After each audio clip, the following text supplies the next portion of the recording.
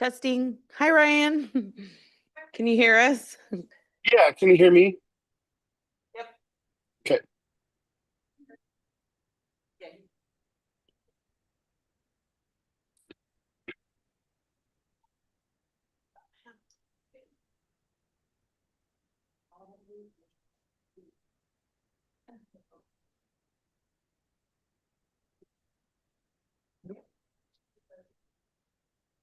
Good evening, Board of Directors, Superintendent Lario, staff, and guests. Thank you for joining us this evening for our special board meeting.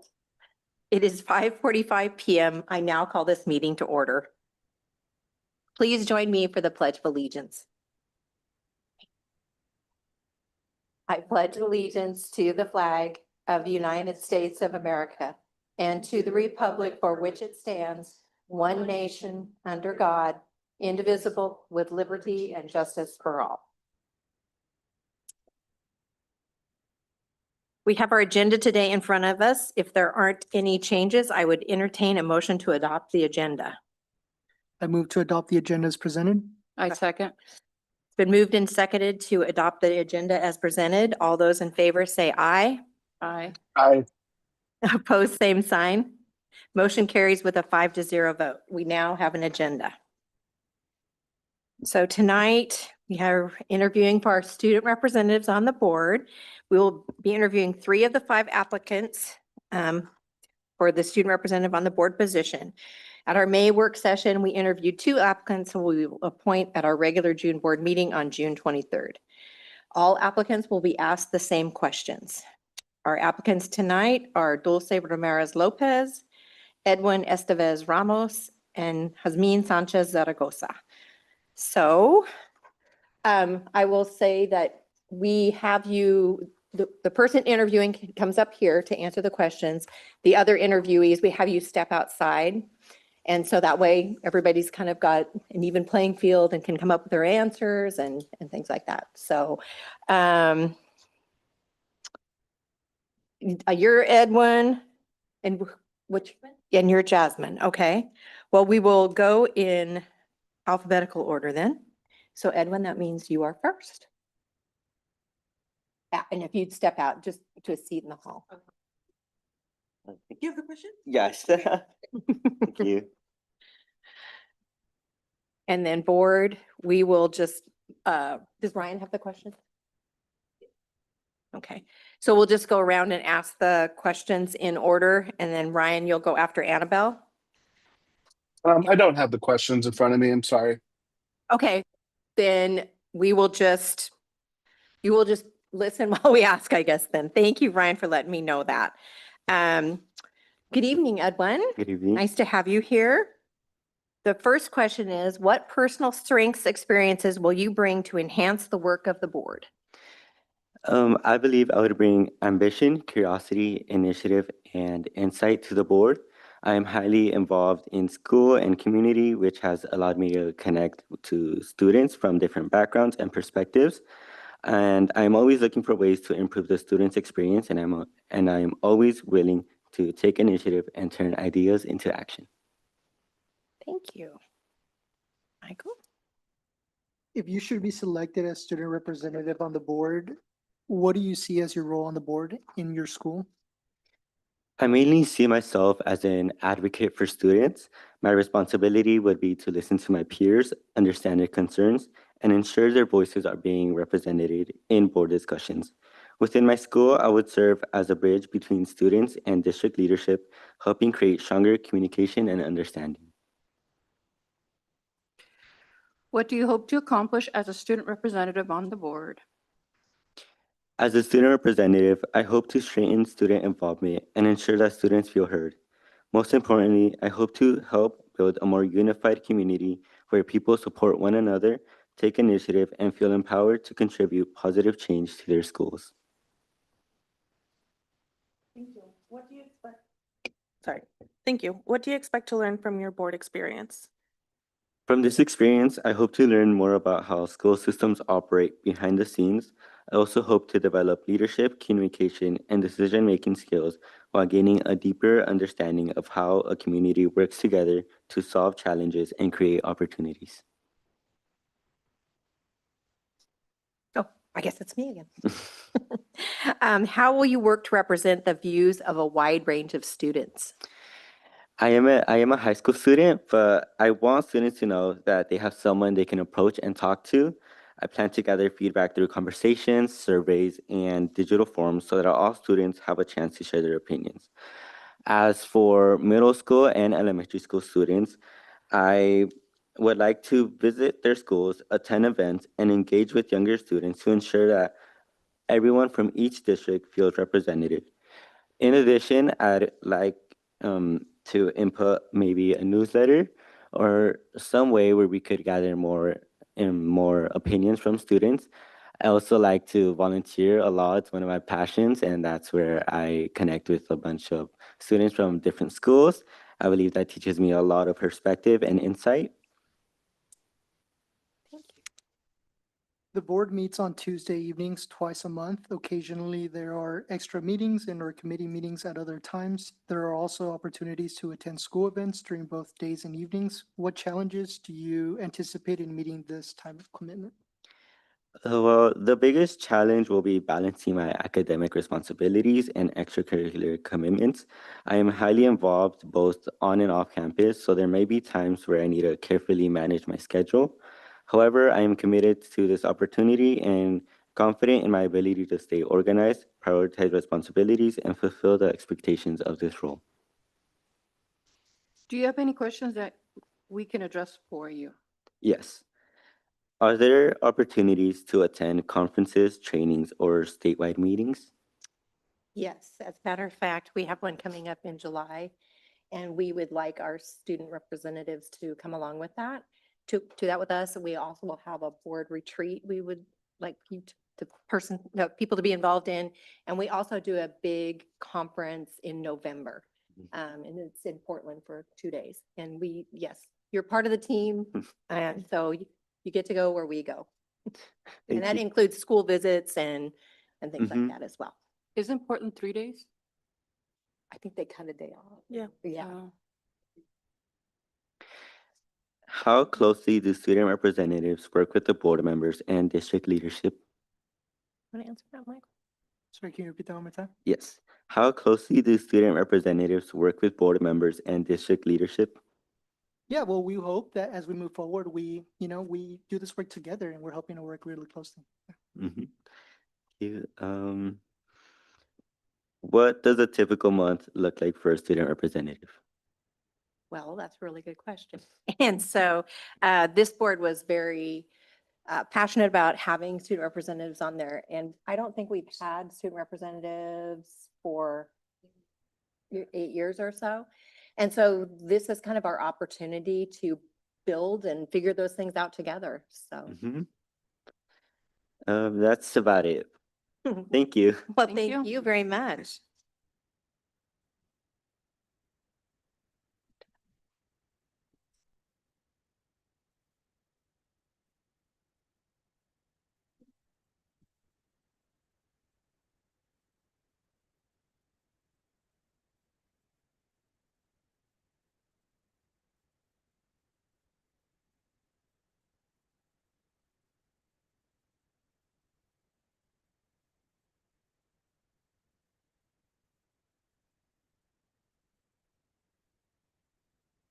Hi, good afternoon, everyone. Good afternoon.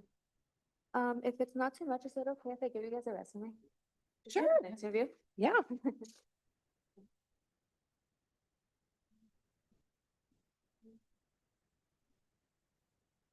Be careful. Don't trip.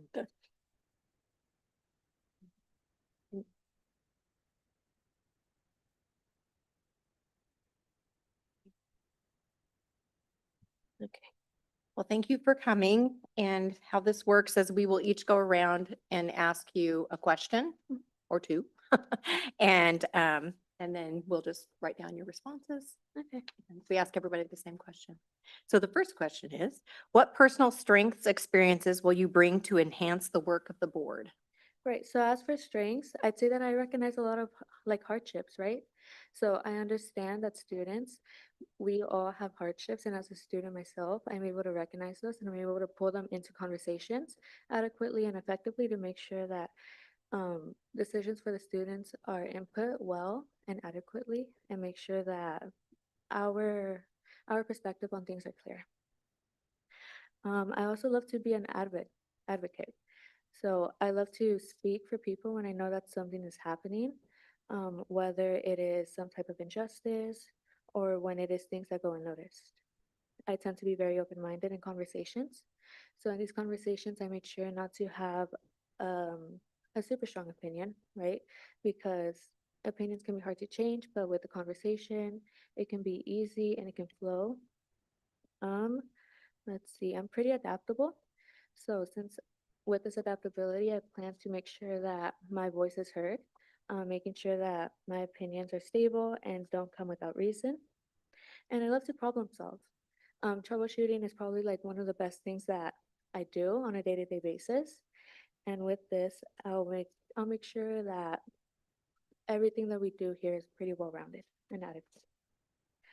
As for experiences, I was a part of the student panel in 2025, where I was able to talk in front of members of the district. This included teachers, district staff, of course, custodians, lunch ladies, and I was a part of the strategic plan meetings in 2026, where I was able to collaborate on my opinions. And yes, and honestly, like most importantly, like I'm a student, right? So like experiences that I go through day to day, like 9 months of the year, and that I have been for majority of my life. So I plan to pull that out most as I can. Yes. Okay, Michael. If you should be selected as student representative on the board, what do you see as your role on the board in your school? Interruption. We have a board member online. Mhm. Talk either louder or. Okay. Sounds good. Would you like me to repeat the question? or- Yes, please. Yes. If you should be selected as student representative on the board, what do you see as your role on the board in your school? Right. So as for on the board, I see myself as an advocate, right? A true unbiased voice for the student body and for my peers. And as for in school, I am no more than just a peer, someone that they can talk to, someone that they can communicate with if they have any questions or if they have any concerns, which I can bring up to you. And yes. What do you hope to accomplish as a student representative on the board? Right. So I want to improve the quality of student accomplishments. And something that I want to make clear is that an accomplishment doesn't have to be a name on a medal or a name on a paper. An accomplishment can be sometimes as having better attendance, right? Making sure that you get to school on time, making sure that you graduate with your class. That to me is an accomplishment. But it's also joining clubs and stepping out of your comfort zone. Thank you. Next question, what do you expect to learn from your board experience? Right, so I expect to learn a lot of more about community. So I know that you guys do a lot of work with the community, and I want to learn more about that aspect, and I want to reach out, and I want to see what it means to be an active member. And as for sitting on the board, I expect to be learning things about like budgeting, policy, all of that sort of stuff that go on behind the scenes. I don't know a whole ton about it, but I'm excited to see, and I'm excited to learn.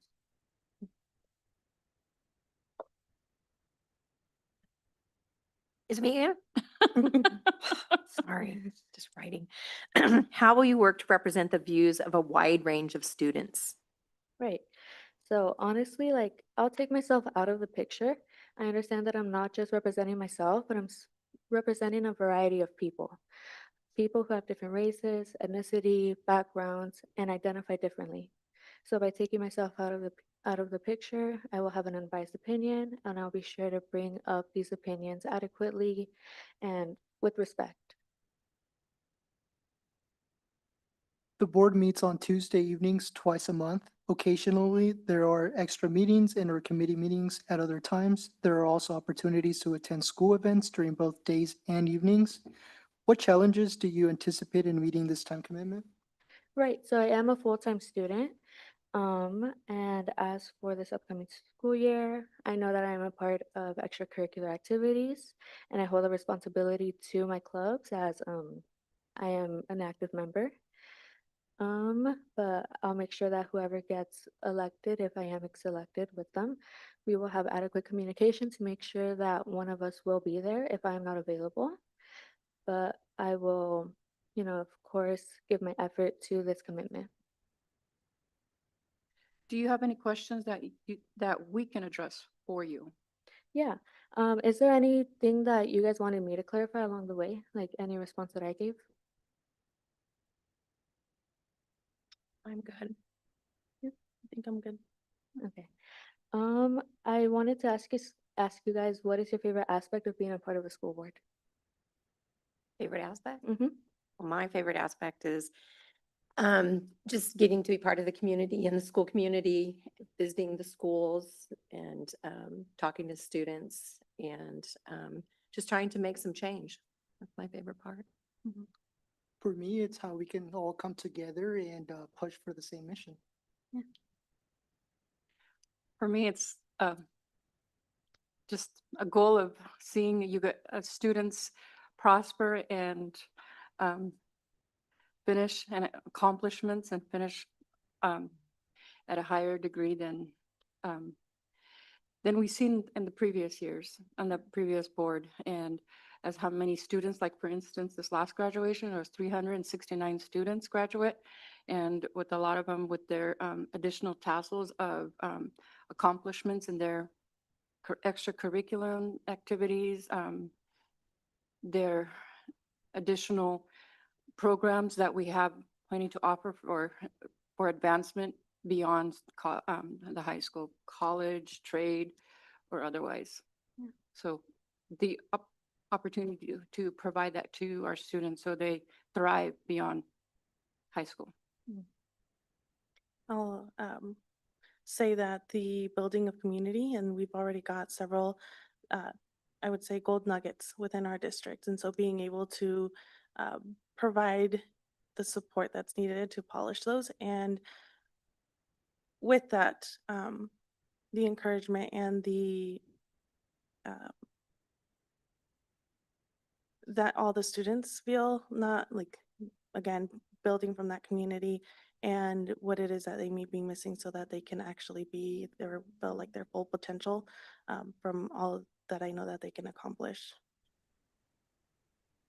And then for me, I'd like to just kind of echo what everyone else has already said, but also mention I just enjoy being able to celebrate with you and all of the students and celebrate their successes. It's really an honor to see the awards and see the graduation and see these young lives developing, and it feels good to play a teeny little role in that. But it's really celebrating you as a student and working as hard as I can to ensure that you have the best experience possible. Thank you, everyone. Have any other questions for us? Let's see. How would you find the core values of the board? How to define the what now, the values? core The values. core values of the board? I think from this last year, there's several of us that are new. And I think that there's an aspect of like mutual respect and learning that we're all going in with together. And so that there's an aspect of like open-mindedness, collaboration that we're really trying to kind of achieve. And so I think those are a few that I can name. Yeah. I mean, our goals that we were on professional development to make sure that teachers were getting the best that they can to give you the best delivery of instruction that they can. Also on literacy, because, reading, writing, that you're going to be doing that your whole life. It's so important. I can't even stress how important that is. And then attendance, because if you're not here, if we don't have you in the seats, you can't learn. So those were the three things that we really strived for working towards this year and will continue to go through. Anybody else? Michael? Anything? Okay. And what we bring to the board individually from our backgrounds, our experience, our knowledge, and working together as a team to meet the goals of our successful students. Yeah. That's all I have for you guys. Okay, well, thank you so much. Thank you, everyone. Thank you. And we will be making a decision and announcing that at our regular board meeting on the 23rd. Okay, thank you. Thank you. Thank you.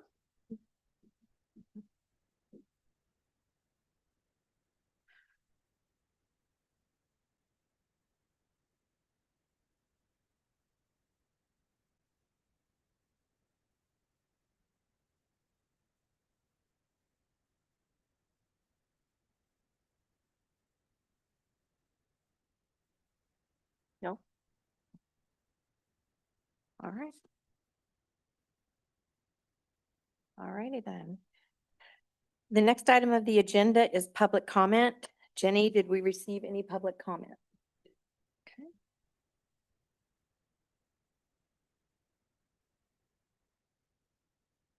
Next on our agenda, we have reports, and the first one is our summer learning report presented by Chrissy Chapman.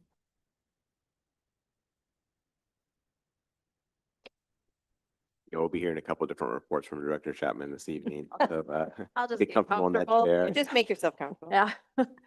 Hi. This is summer. So. Okay. Good evening, Chair Ballweber, Superintendent Larios, and board members. So the first one tonight is on summer learning. Unfortunately, Martha Torres and Becky Mendez were not able to be here. They are the ones who are really doing the bulk of the summer school planning and coordination, but I should be able to answer your questions. And if not, I can get back to you with answers. So this is the first year that the Department of Teaching and Learning has had summer school under our umbrella. And so it's been exciting to, jump in and figure out all things summer learning. And so we'll go ahead and take you through the work that we've been engaging in. So we, of course, always try to align everything to our strategic plan. There are many components of the strategic plan that summer learning encompasses. And on the next slide, there are some of the specific areas of the strategic plan. While it does encompass several areas, the ones that it mainly focuses on is the demonstrate proficiency in all state academic areas, and in particular literacy, and then have the opportunity to become bilingual and biliterate, because our summer learning program, similar to our regular school year, follows a dual language model.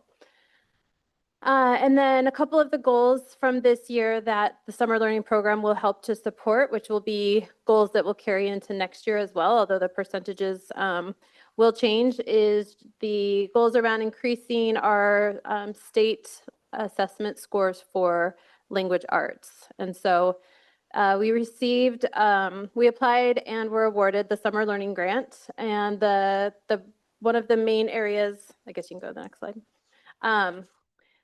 to review the summer learning program grant. One of the main areas that the programs have to focus on for this grant is literacy, and really targeting students who are not yet reading at grade level.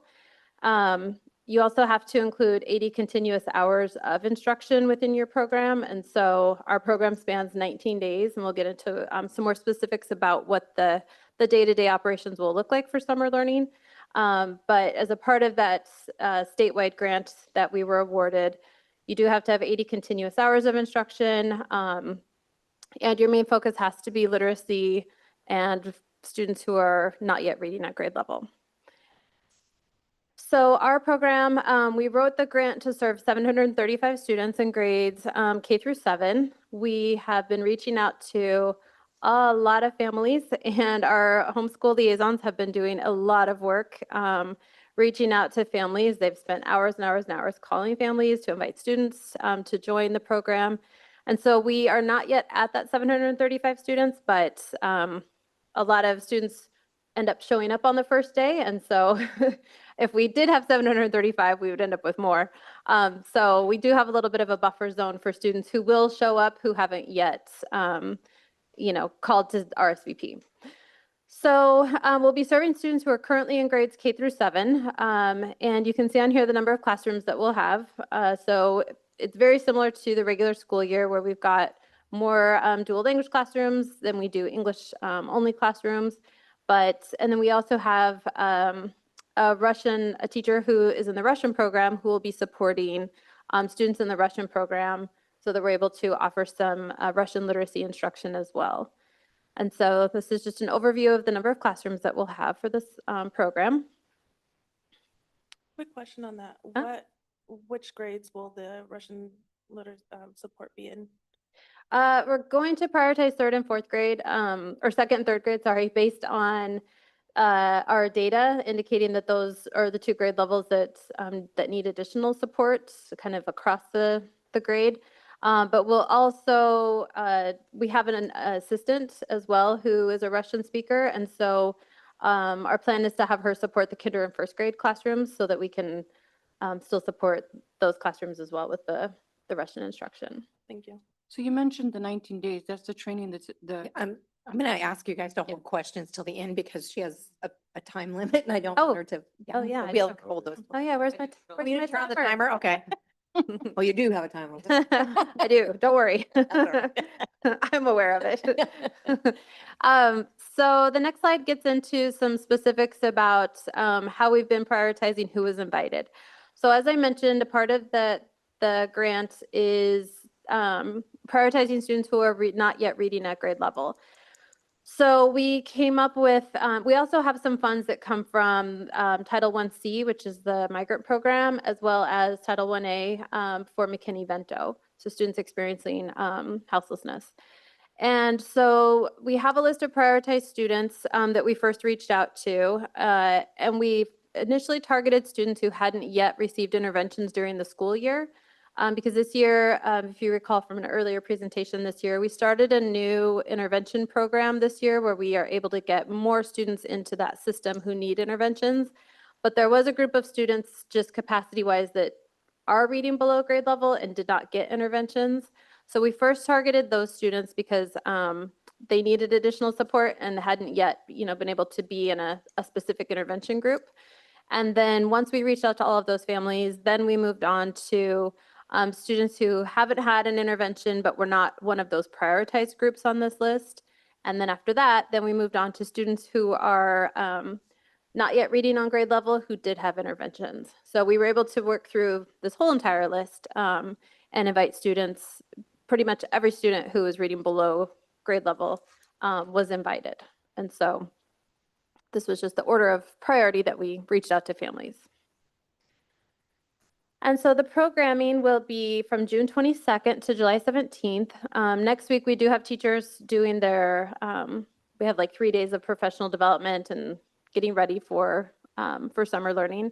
And so teachers will start next week, but the students come on June 22nd and they go through July 17th. So it ends up being 19 days because you do have the 4th of July in there. They come from 7:30 to 1. They take field trips. We have different field trips for different grade levels. So it really depends on what grade level they're in, which field trip they'll go on. All of the field trips are tied to the learning that they'll be doing in their literacy or we also have a STEM component. So for like science, technology, engineering, math. So all of the field trips are tied to the instruction to make sure that it complements it. And it's not just, we're not just going just for fun, but it's extending the learning that they're doing in the classroom. And then we do have before school care starting at 5 a.m. We do get a number of families who come from out of state who follow the crops in the summer. And so they're a part of the migrant program. And as you're probably aware, the families who work in the fields in the summertime start typically around 5 a.m. And so we have childcare that starts at 5 a.m. for the families who are from out of state who don't, have other childcare options here because they are not a part of the community other than in the summer when they come for this work. And then we also have the after school club has opportunities for students to extend the school day. So I'll talk on the last slide about the after school club program that they run. So they do have an afternoon component that some of our students will also have access to. And then we have 2 parent evening events during the program. And so this is just an overview of what the day will look like. So we've got CEL, social emotional learning, and then elementary's got some phonics time, literacy instruction. We have small group reading time to make to individualize the instruction as much as possible. Math, PE, and then enrichment is where students go to they get like different classes that are related to STEM. So they might go to there is a STEM class, or there's like a cooking class, so some different classes that they get to go to. It's kind of like an elective class for middle school. And then middle school also has the social emotional learning time, phonics, and then they have a 45-minute block of math, literacy, STEM, 45 minutes of enrichment, 45 minutes of PE. So they rotate like through the math, literacy, and STEM content areas. And then part of the grant, there are 3 learning goals that the grant requires programs to align to. And so these are the 3. As I mentioned before, you have to prioritize literacy, but they do also want you to include those STEM opportunities, math. The main focus is the literacy component, but also including those other content areas and making those connections for students. And then the support youth development, so they really want hands-on inquiry-based learning. That's a part of why we do the field trips. We incorporate as much hands-on learning as we possibly can. And then we also have for the like mental, emotional, physical, and social well-being, we have that cell time at the beginning of the day, and then we also have a counselor who is on staff for the summer. And then ensure equitable access and family partnerships. And so we have the 2 family events during our program to get our families involved in the learning as well. Just some other things that we're offering. We do have one group that's going to be going to OMSI. We have some field trips to Frog Pond, Silver Falls. We have the tooth taxi that comes in to provide free dental services for students. And then at the end, we have a field day, which is like, just a fun celebration to wrap up the program. And the after school club, as I mentioned before, they run a full day program as well that kind of runs parallel to the summer learning program. In the morning, they have a program that is fee-based. And so families who want to have their students attend that, there's a fee for the morning. And then the afternoon, well, actually for the families who do the fee basis for the entire day. Students who attend the summer learning program, they attend that in the morning, and then we have some slots in the afternoon. So for example, I talked about using Title 1A funds for McKinney-Vento. So we have some slots for students who are in the McKinney-Vento program that they can attend the after school club summer camp in the afternoon. Same with our migrant program. We have funds that come from that pay for slots for students in the afternoon. And so some of the enrichment activities that they have for the after school club, they do morning field trips that are listed there. And then they have different afternoon field trips that they do on different days. So the students who just come in the afternoon get some of the field trip experiences, and then the students who come all day would obviously get to attend all of those field trips. So while we make sure that we align everything to our strategic plan, we also keep in mind the profile of a Woodburn graduate. I added in the new skills and characteristics that you contributed a few meetings ago. I can't remember, it was before winter break, I think. I can't remember when that was, but because you had new board members this year, I wanted to give you the opportunity to add to this. And so I put all of your new ones on here. It's a different format because the one that I had it on before, that program no longer exists. So it looks different now, but everything's in there. So I tried to highlight, put in bold the ones that we would be targeting for the summer learning program, but none of them really look bolded, but it's things like reading and writing, inclusion, respect for differences, because it's students coming from all of the schools together for summer learning. So they're with kids, other students that they don't know yet, the critical thinking skills, and so bilingual. So several of these are included in our summer learning program. Okay. Now, Anybody have any questions? So you mentioned the elementary and the middle schools, but are there any high schoolers as well? The high school is running a program. It's a week-long program. They have a couple of different things going on. One, they're doing mostly credit recovery for juniors and seniors. There's a week for that. And then there's also a week for the 8th grade to 9th grade transition that they call Building Bulldogs. They're not a part of the summer learning grant because you have to have 80 continuous hours of instruction. And most high schoolers are not available for 80 hours of instruction. They're working, they're watching younger siblings. So they are running a program. It's just separate from this kindergarten through 7th grade program. And your goal is the 735 students. Does that also include referrals from teachers that have students that are struggling, you say not meeting the grade level goal of reading? or otherwise math or science or? Yes, we've been reaching out to any student who is reading below grade level, has had a phone call, and then now it's getting extended to some other students as well, until we fill up that 735. So yes, if there was a teacher who, you know, recommended a student, we would look to see if they would meet the criteria for it. What was the capacity from the previous summer school attendees? I don't know that number off the top of my head. I'd have to get back to you on that one. So, yeah, because it wasn't a part of my department last year, but I know it was a fairly robust program, but I don't know the exact number. Thanks. How many, so we're going for 735. Where are we at right now? Last I checked, we were close to about 600. So yes, I don't have the exact number today, but it was right. We're getting really close to 600, like 590 or something. I don't expect you to have this number with you either. But I imagine all the students that would be represented in the priority groups have not necessarily all accepted Mhm. or are available for different reasons, but do you know what percentage of them are and are like that we're able to serve during summer? Yeah, I would definitely have to look into that.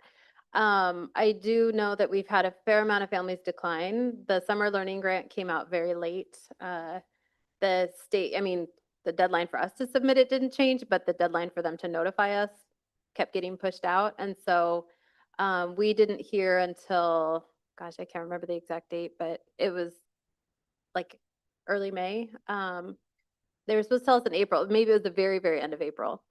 Because it was supposed to be the beginning of April, and they're like, we'll let you know by the end of April, and it was the very end. So a lot of families already made plans, you know, they had other things going on. And so I would have to get back to you though on the Yeah. actual percentage of the prioritized students who. And I know that accepted. happened before too, where it comes kind of late and yeah. Other thing I was gonna ask, for the after school club and the AM PM, do they have different times as far as like the AM is longer than the PM a portion of it, or are they pretty much about the same, like 4 hours in the morning, 4 hours in the afternoon? And I'm just putting a number, not that it's the 4 hours. Yeah, well, the students from the summer learning program don't transition over to that program until 1 o'clock, because the summer learning program goes until 1.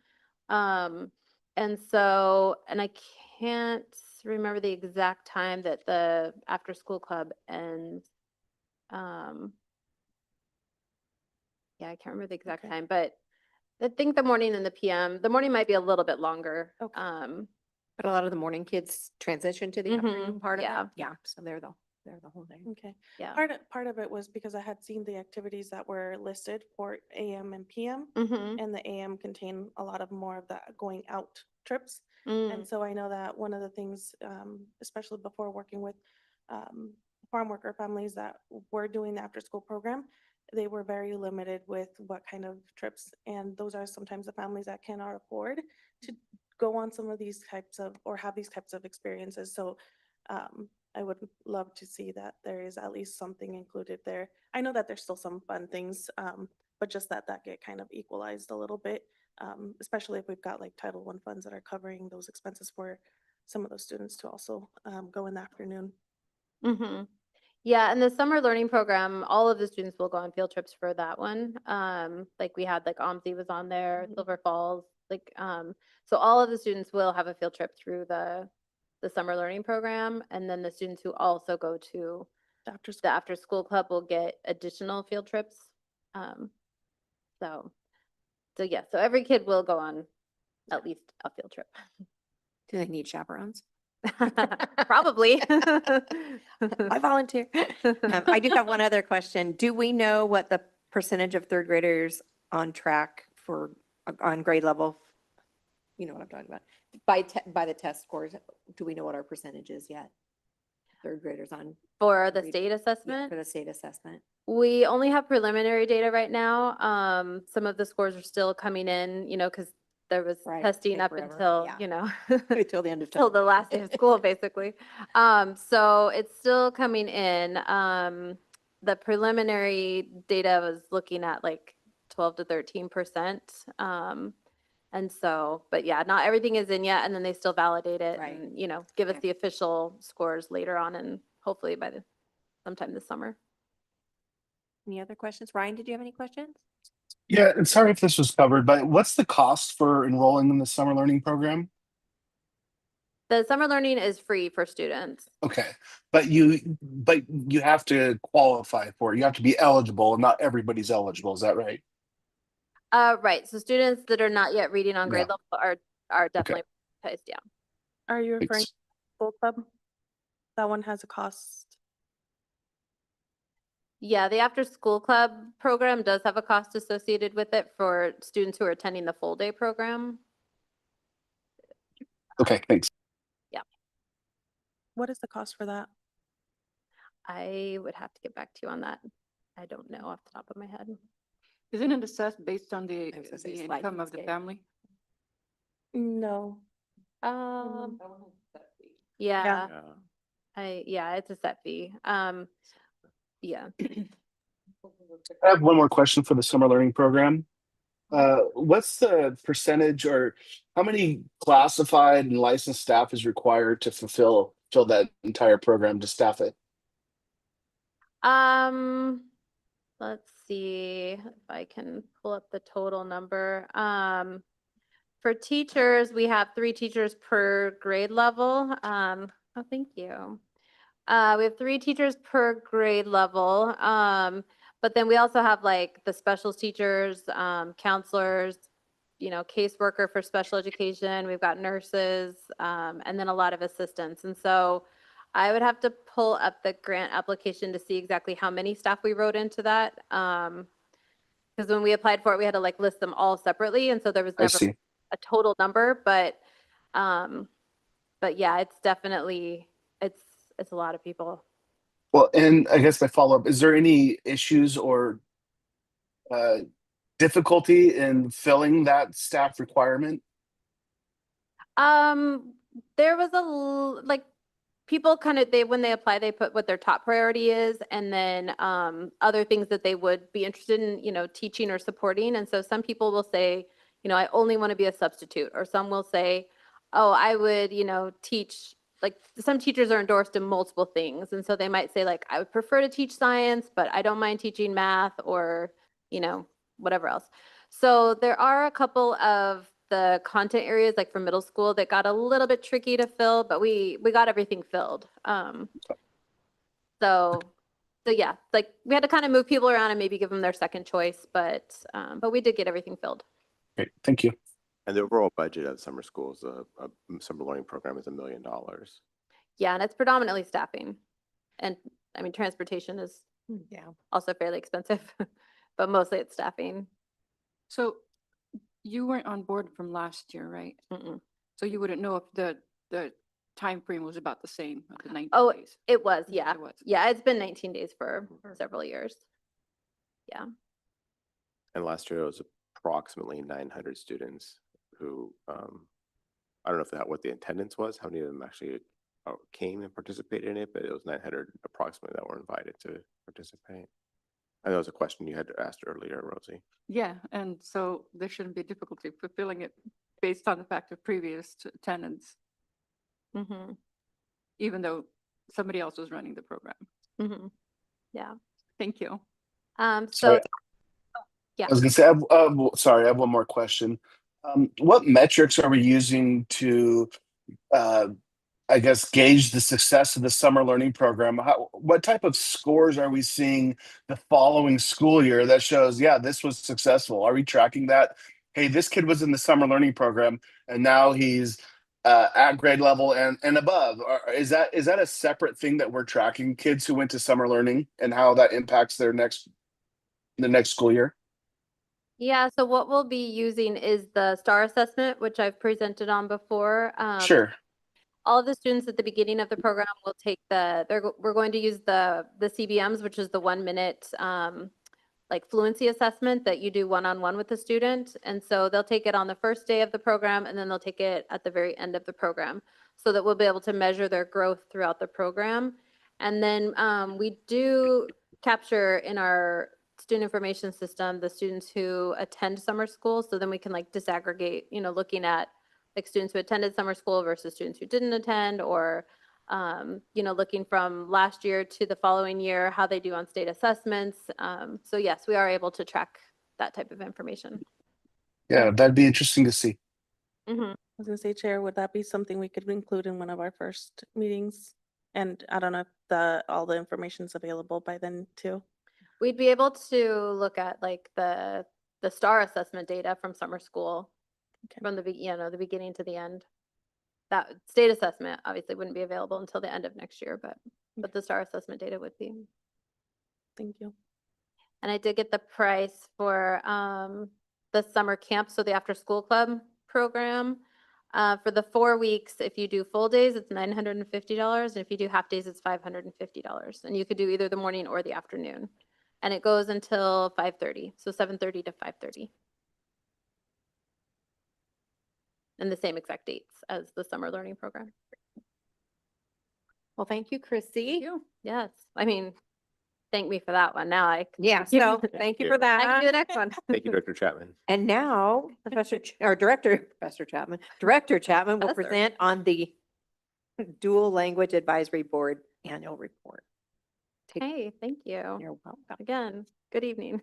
Good evening. Okay, so the Dual Language Advisory Board is a group that I started in 2020. And so it was a group that I brought together that can provide feedback and input on dual language programming for our district. And so tonight we'll be talking about the self-evaluation that the board conducted this year, and then reviewing some of the recommended actions for addressing that self-evaluation. And the essential question that has guided the work of this board for the past couple of years is, what steps can we take to continue to strengthen and grow as a multilingual and multicultural district?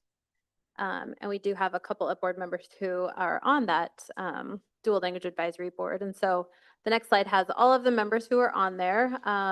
I am always trying to get more people to join, and so we meet quarterly. Usually we meet 5 times a year, but we at least meet quarterly. And so we've got representation from elementary through high school. We've had preschool on it in the past, and hopefully we can get another preschool member to join.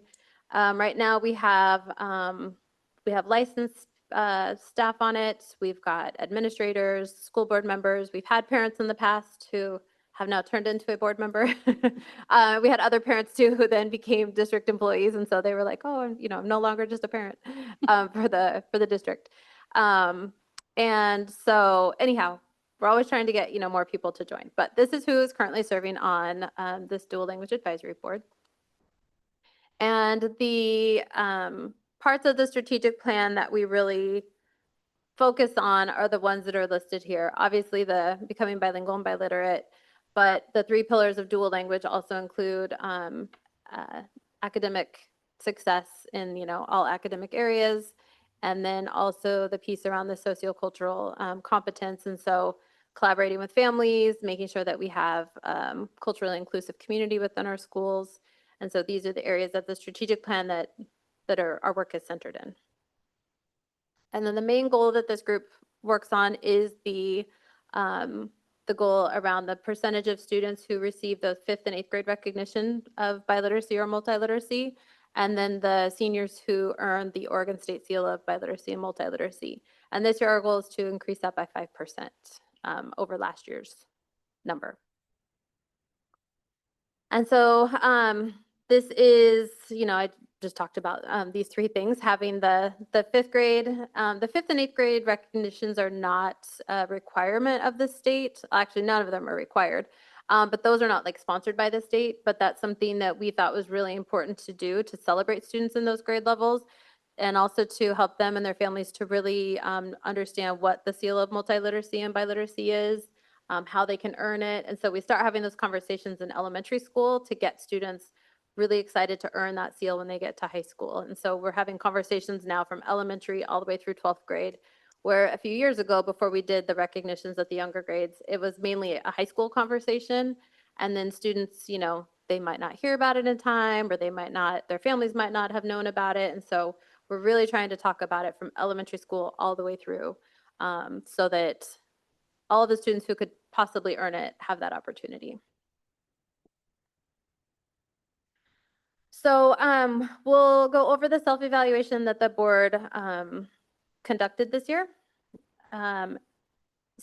So we had 4 different areas that we looked at this year. And a couple of years ago, if you remember, those of you who were on the board at the time, we did a comprehensive program evaluation with Education Northwest. And so out of that came some recommendations. And so this board has been working with those recommendations and identifying like action steps that we'll take in order to continue to improve our programs. So this year, the team decided to self-evaluate 4 different areas. We used the rubrics from the Center for Applied Linguistics, which is really the guiding like national agency for all things dual language. It's what I think everybody bases their programs on, the guidance that they put out. And so there are several different components of that you can evaluate, and they have rubrics for all of them. And so these are the 4 areas that we self-evaluated this year. And that included conducting classroom observations, looking at student surveys, educator surveys. And we had members from the Dual Language Advisory Board and from my department who did the classroom observations. And so they did a total of 75 from kinder through 12th grade.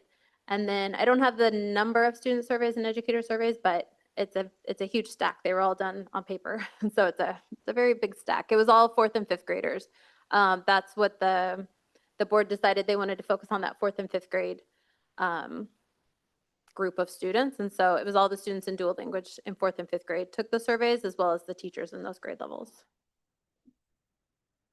So the recommended actions. So this part, I can talk about what the different areas are that the recommended actions will come from. The last couple of meetings, unfortunately, we had one in May and then we had another one last week. I think just the time of year, people were busy with other things, and we just did not have enough attendees to be able to actually vote, because those 4 different areas that we self-evaluated, everybody was broken into small groups, and we're in charge of like looking at, they looked at data, they looked at the surveys, they looked at the observations, and then each group came up with 2 to 3 recommended actions for that particular component. And then the team was supposed to then look at all of those recommendations and then narrow it down to like 2 or 3 for, out of all of them, instead of having like 12 actions.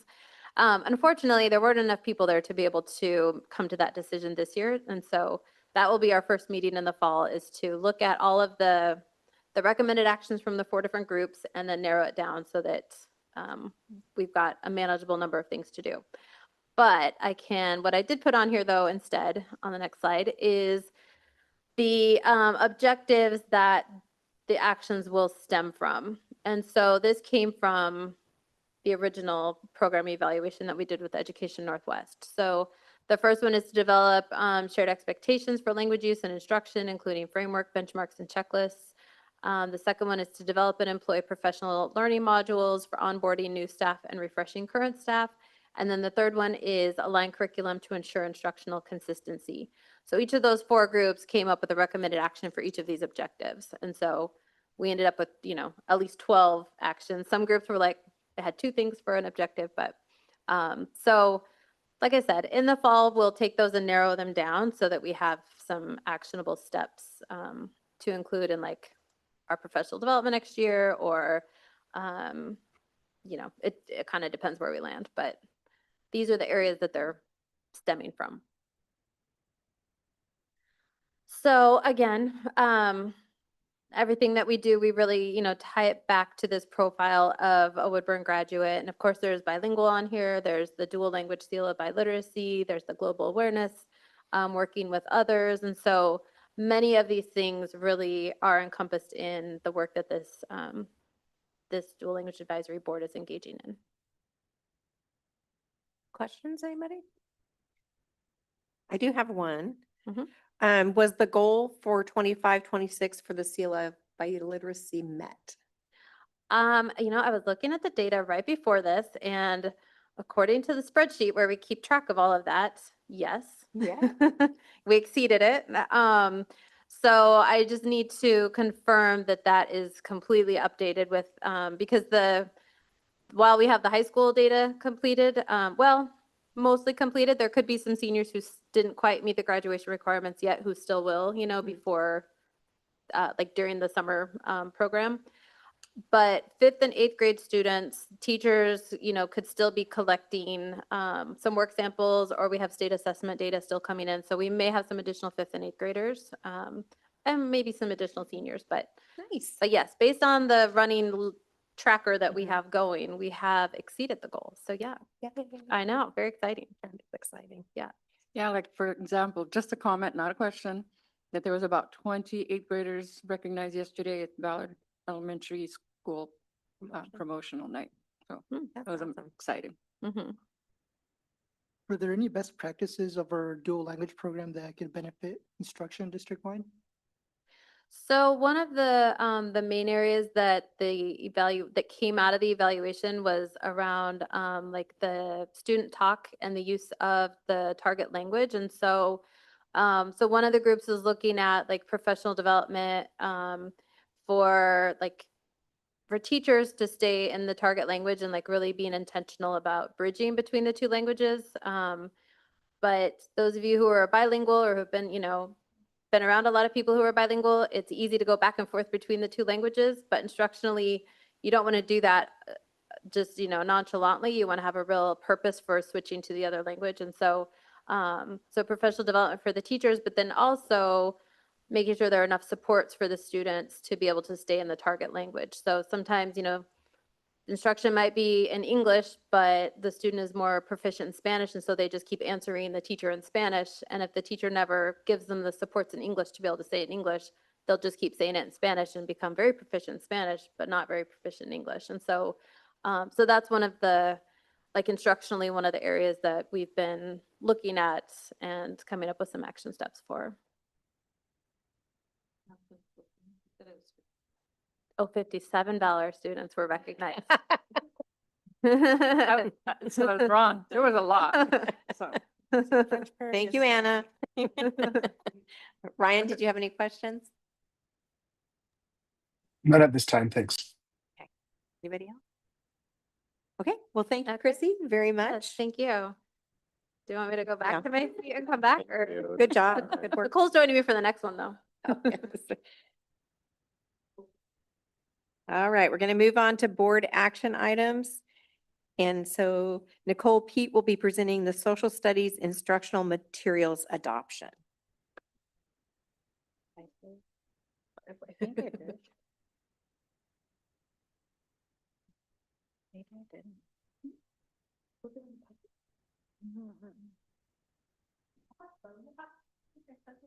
Oh, there it is. No, it's not in the packet. What is that? The social studies adoption? It's, Do you want me to share it It's with in you? here. The memo is there, but not the packet. oh, Not no, the- okay. Not the presentation. We got the memo. Do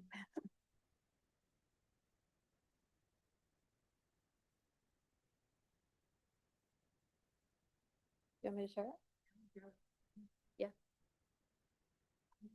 It's quite a motion.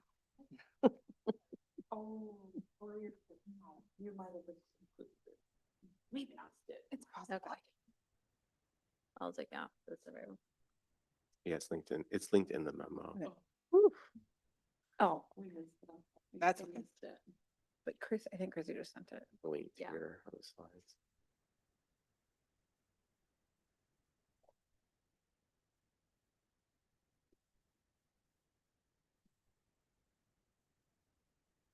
There were only 9 slides, so.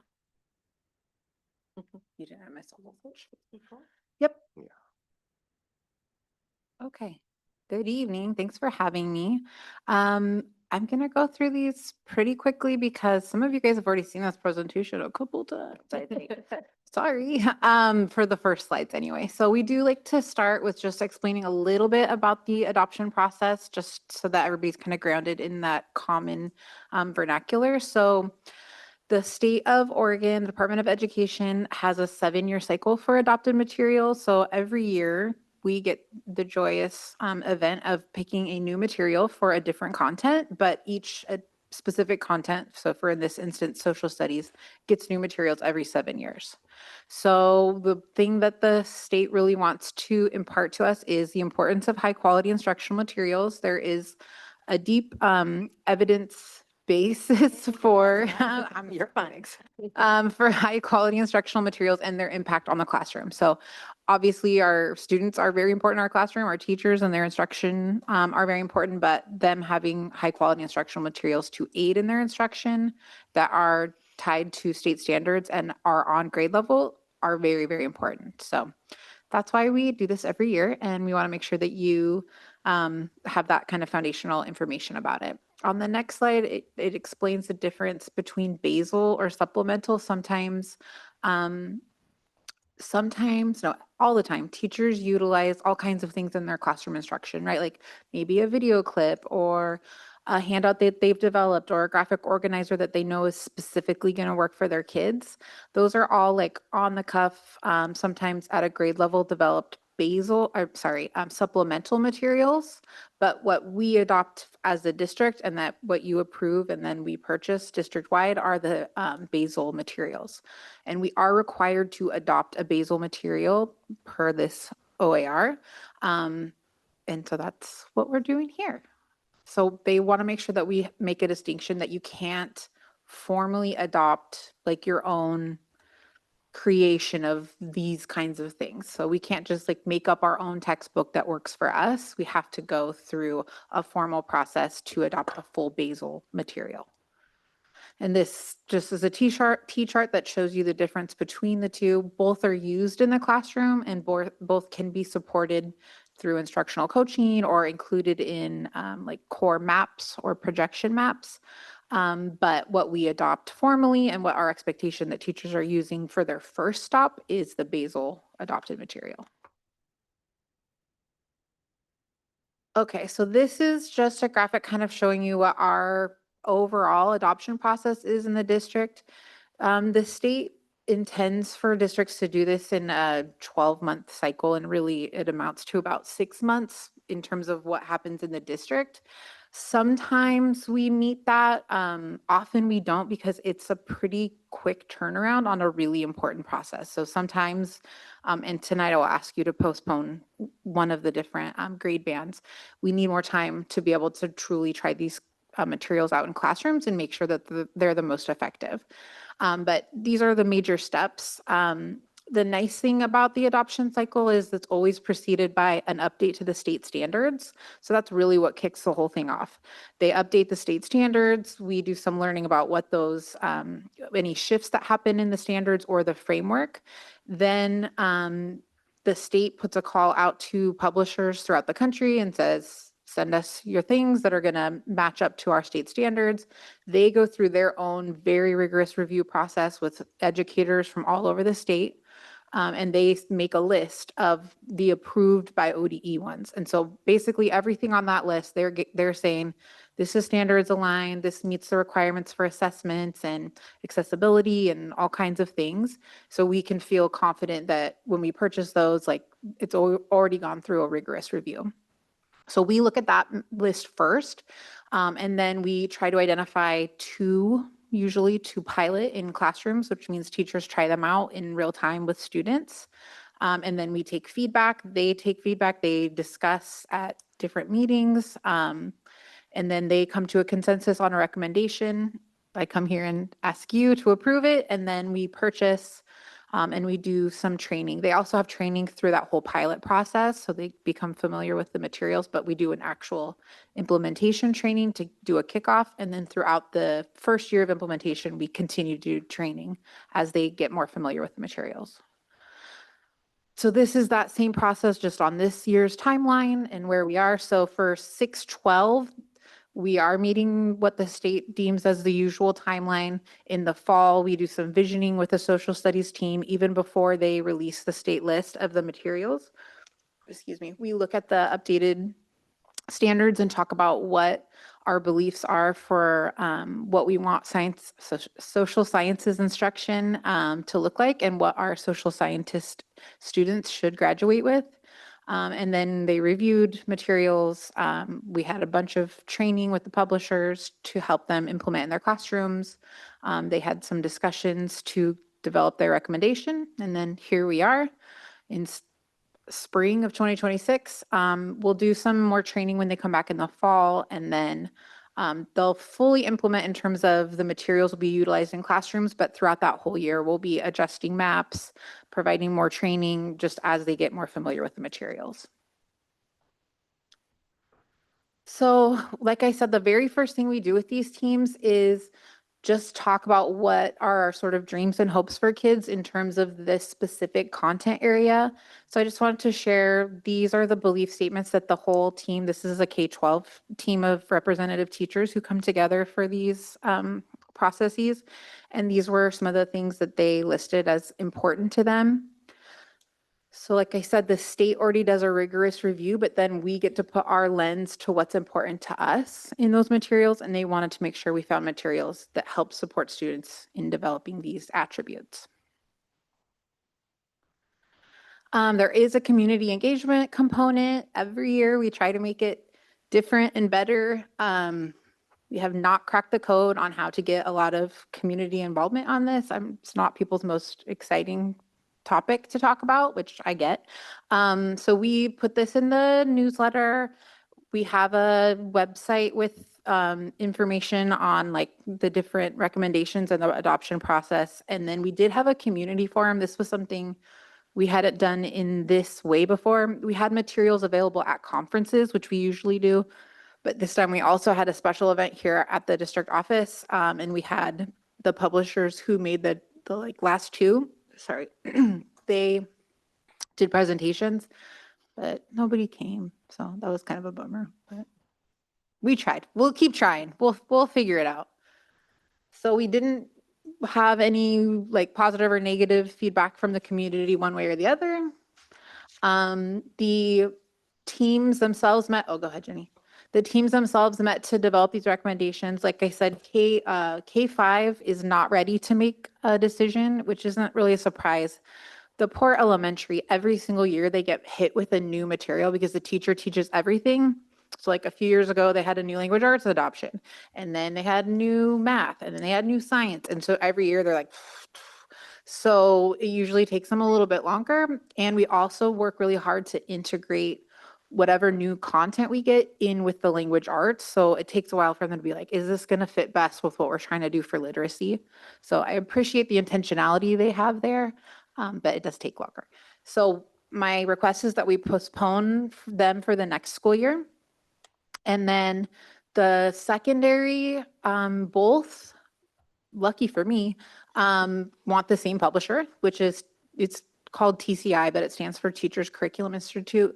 You may have seen some of these books. They're called like History Alive or Geography Alive.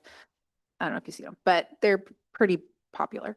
The 6-8 team particularly liked this material. They really liked the readability. There was a clear layout for students.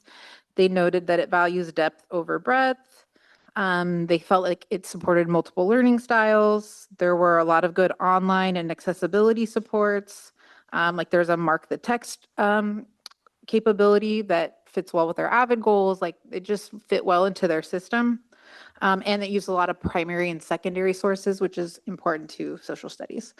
And of course, one of the first things we look for when we were looking at materials, does it come in Spanish? That's obviously very important to us because our core contents at the upper grades, it's important that we have that available. And that, of course, it met the OD requirements. So that was 6-8. They were pretty excited about it. 9-12, I'm going to be really honest with you.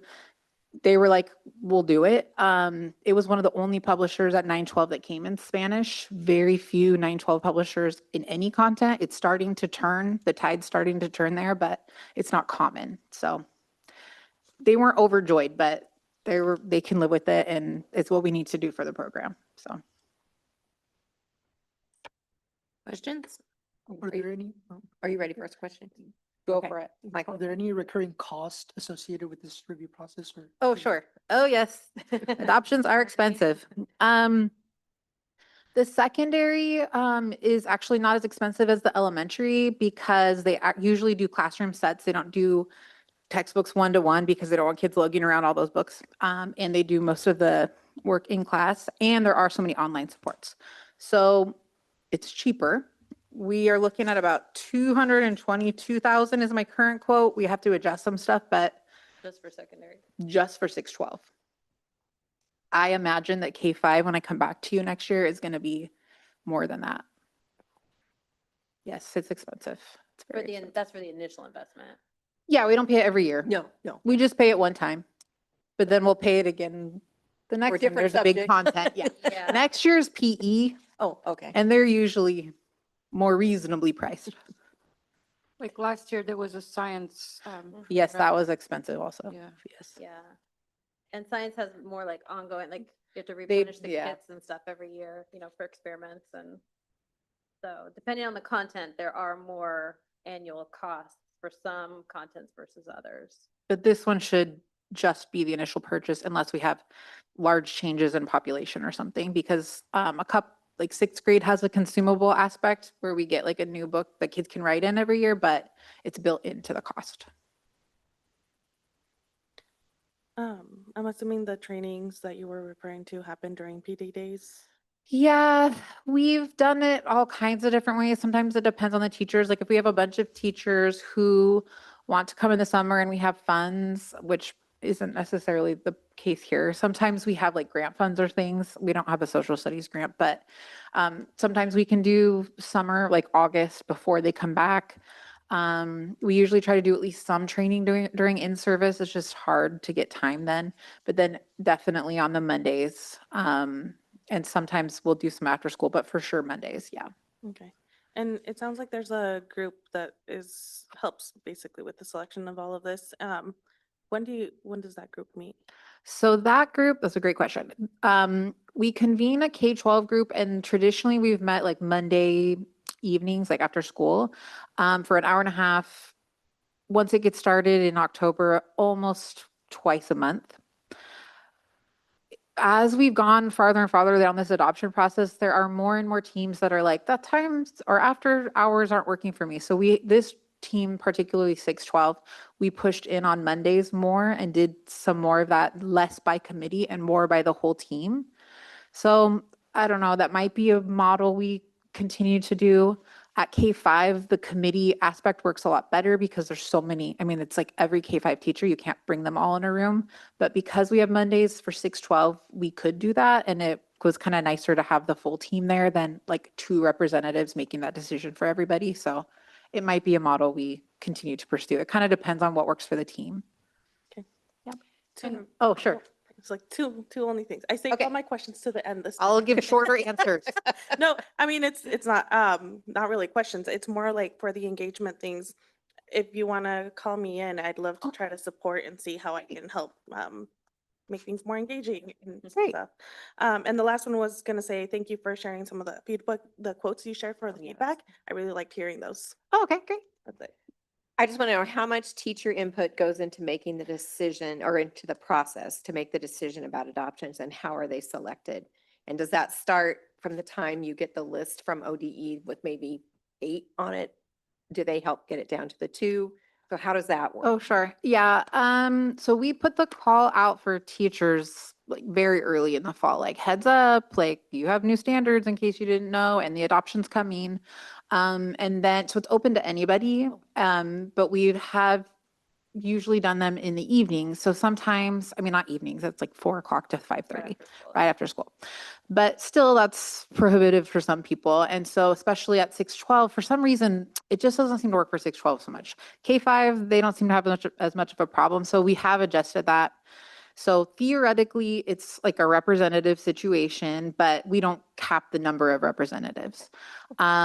Then once we receive the state list, then they really run the show. Like I just facilitate, or we have coaches and LPCs that are involved too. But we sort of set the parameters. We do say you have to start with a state list because technically you can go off list, but you have to run your own very thorough like investigation, like that the level that the state does. And it just doesn't make sense when the state's done that already. So we always start there. So that's one of the main parameters I put on them. We always start with belief statements. We have to start with standards. Like there's some guardrails there, but really the team, they develop their own internal rubric on what's the most important to them. They score, like they discuss, they decide their own decision-making rules. And then like there's a couple times I've had to be like, well, we can't look at that material because it's not on the list, or it's not on the list for this grade level or something, or that one doesn't come in Spanish. Don't forget, we can't really look at that. So other than that, it's pretty much run by the team or who shows up on that team. Then I would add for the teachers who can't come to the after school meetings, we do open it up for the teachers who pilot the materials in their classrooms to people beyond the committee. So they still have the opportunity to be involved by piloting the materials. And then they provide their feedback to the team. So last year it was just Ballard, it was tested at Ballard, but the social studies curriculum, materials, were they also tested at French Prairie this year or no? Yeah. Yep. Well, I agree with Annabelle. It was very good to hear feedback from teachers because that's exciting. I am a little disheartened by the fact that the high school is not, is excited because the program is not something that necessarily they would choose, but it has that Spanish component. So somebody not here, but somebody higher up needs to get on the ball with that. I agree. Because, everybody deserves a good curriculum. So anyway, any other questions? Ryan? Yeah, one question for me, and sorry if I missed this, but can you help me understand the key differences between two sets of approved curriculums? I mean, why is there multiple curriculums that are approved by the state, and what's the key differences between them, and what factors do you consider in choosing one or the other? Sure. Yep. Oops, sorry. Let me look at my notes here. So the state can I would group. say, other than being available in Spanish, I know that's a key one, but what are some of the other criteria that? Sure. And the state actually doesn't have the requirement for Spanish. That was just our own internal. That was one of the things we put Sure. on our rubric. But I have the whole thing right here. The state develops a very comprehensive rubric that they bring they put a call out for all educators across the state, like the spring before, and then they accept applications and vet those people, and they create the state adoption team, and then they develop what they call the IMET criteria, and they have several indicators that they score for. So I won't read all of them to you because there's like 15, but for instance, alignment to standards, practice and skills, engagement and relevance, culturally responsive, supports for teachers, digital learning, like different assessment systems. So they score every single one of those materials that publishers submit against those on a really rigorous rubric, and then all of that gets published back to us. So we get to see the scorecards for each material, any notes that the team has. The publishers can do a response if they don't like some of their scores. So when they put the call out, I mean, anybody can submit, and anybody who meets this criteria makes the list. So the state's not like selecting one, they're just saying these are, of all the ones that are submitted, these would meet the qualifications. And then it's up to districts to decide, okay, these are ones that meet the qualifications, but which ones work best for our context? Does that make sense? Yeah, I'm just trying to figure out what factors determine our own context. Like, is one curriculum more culturally sensitive than the other? I mean, like, what? I guess I'm not understanding why there's a difference. So our team then, so they take all of the materials on the state list, and then our team also, like Nicole talked about those belief statements. So it's kind of what you guys did with the profile of a graduate. We do that with all of the different district teams, including the adoption committees.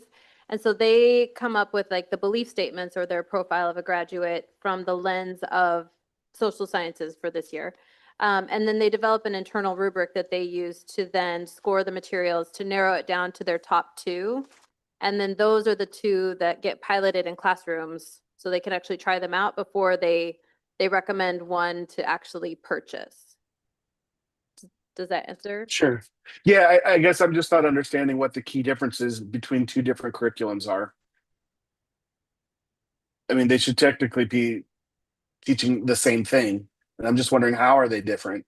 Well, I mean, They all cover the standard. I mean, they all cover the standard, but like one might have a different layout that seems like more student friendly. Some might cover the War of 1812 for a whole chapter, and one might cover that for like, 2 pages. It just kind of depends on the publisher and what different supports they provide and like what they decide.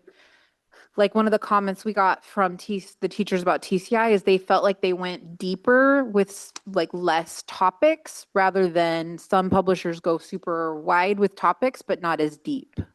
Got it. Okay. That answers my question. Thank you. Okay, I was just gonna say, one thing to keep in mind is publishers write these for the entire country. And so our teachers try and find the ones that are the best fit for Oregon standards and students in Oregon and, in Woodburn. And so Got it. they do Okay. very, because they're written for the entire country. So by postponing the adoption, then there's potential for the 9 to 12 graders to get on board and actually try out the curriculum recommendations. I mean, they tried it out and they're on board. I don't mean to characterize them as not liking it. It's just, it wasn't like the most ideal, but the truth is no textbook's ideal. Like Christy says, they're made for the entire United States. Like it's the best option for us. It's a solid option. It's a fine book. It just, wasn't ideal for them. I just wanted to be transparent about that, but they're on board and we're going to buy it and they're going to implement it. And we already have their input on what they want for which course. Like we have a plan for that. So I do want to be able to get your approval for 6 through 12 tonight so that we can purchase that and get those implemented into classrooms and help them, support them in figuring out how to best implement this into their classrooms. It's only K-5 that I want to postpone, that we need to postpone.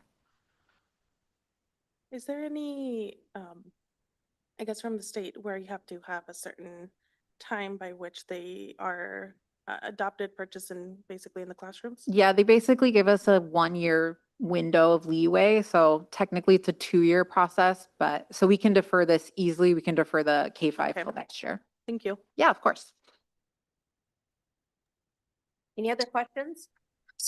Sorry, I know we need to keep moving, but can you talk to me about, I know we have state requirements for Native American studies, and is that covered in this section?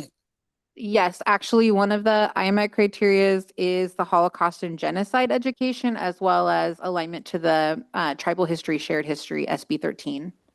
Yep. Thank you. Any other questions? Then I would entertain a motion to approve these adoptions.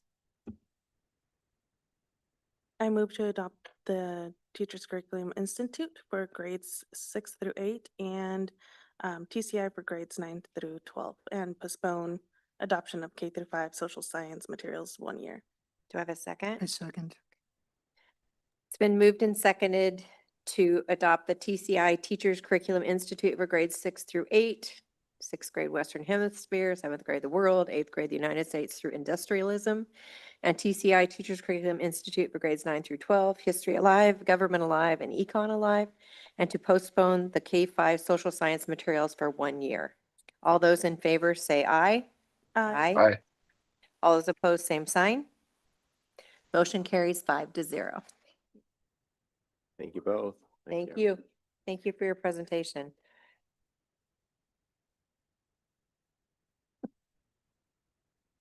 All right. Okay. Next, I'm moving on to board calendar, upcoming meetings and district-wide events. On June 23rd is our regular June board meeting at 5:45 p.m. At this time, we will recess the regular meeting for an executive session pursuant to ORS 192.6602D to conduct deliberations with persons designated by the governing body to carry on labor negotiations. Okay, see you over there. And those online, I'll have to end this Zoom to start another one for Ryan to join, and then once it's an open meeting, we'll open this back up.